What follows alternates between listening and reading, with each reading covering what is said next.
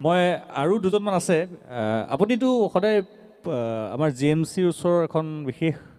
হোটেলত পুৰি খাব যায় এই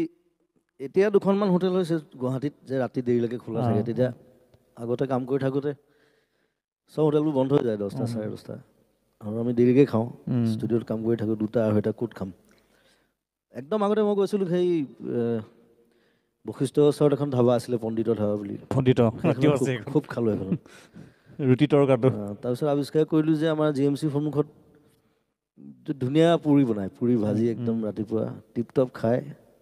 ঘৰত গৈ শুই থাকোঁ আছেনে মই এতিয়াও যাওঁ দাদা গৈ থাকোঁ এইজন কছাৰী মই অকণ মাইক্ৰফোনটো দিব বিচাৰিম কছাৰী আকৌ এক্টিঙো কৰে দেই দাদা কেতিয়া যায় হোটেললৈ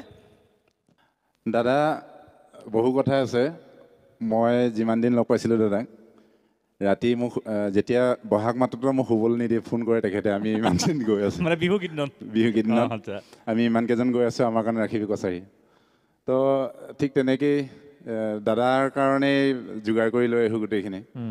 আৰু তেখেতৰ যিমানখিনি টীম আছে গোটেই টীমটোৱে আহি লয় আৰু মোৰ ওচৰলৈকে আহে এতিয়া দিনটোত দাদাক আপুনি কি ক'ব কি বিচাৰিব দাদাৰ পৰা কেনেকৈ দাদাই কাম কৰি যোৱাটো বিচাৰিব দাদাৰ প্ৰথম কথা হ'ল তেখেতৰ সুস্বাস্থ্যৰ কামনা কৰিলোঁ কামনা কৰোঁ আৰু দাদাৰ পৰা অসমৰ ৰাইজে আমাৰ উঠি অহা প্ৰজন্মই বহুখিনি শিকিবলগীয়া আছে বহুখিনি পাবলগীয়া আছে আৰু বহু আশা কৰোঁ আমি তেখেতৰ পৰা গতিকে সদায় সুস্বাস্থ্য হৈ থাকক দাদাৰ কিছুমান কথা আছে মই দেখা পাইছোঁ তাত যিহেতু মোৰ ওচৰলৈ পুৰি খাবলৈ যাওঁতে দাদা অহাৰ কথা গম পাই GMCৰ পৰা মানে ইমানেই ৰোগীৰ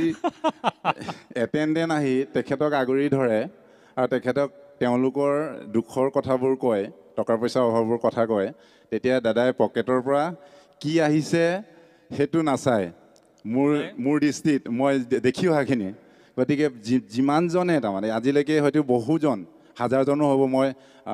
নামবিলাকো মোৰ মনত নাই কিন্তু মই দেখিছোঁ মোৰ সন্মুখত তেখেতে পকেটৰ পৰা যিমান আহে পকেটৰ হাতখন সুমিয়াই যিমান আহে উলিয়াই লৈ দিয়ে এজনৰ পিছত এজন এজনৰ পিছত এজন মই প্ৰায় 5টা বছৰ দাদাক মই GMC গেটৰ মুখত লগ পাইছোঁ নিশা সেই 5টা বছৰেই মানুহক সহায় আগবঢ়োৱা টকা পইচাৰ ক্ষেত্ৰতে হওক অন্য ধৰণেই হওক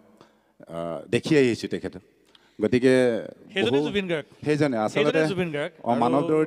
মানৱ দৰদী জুবিন দা গতিকে আমি আশা কৰোঁ তেখেতৰ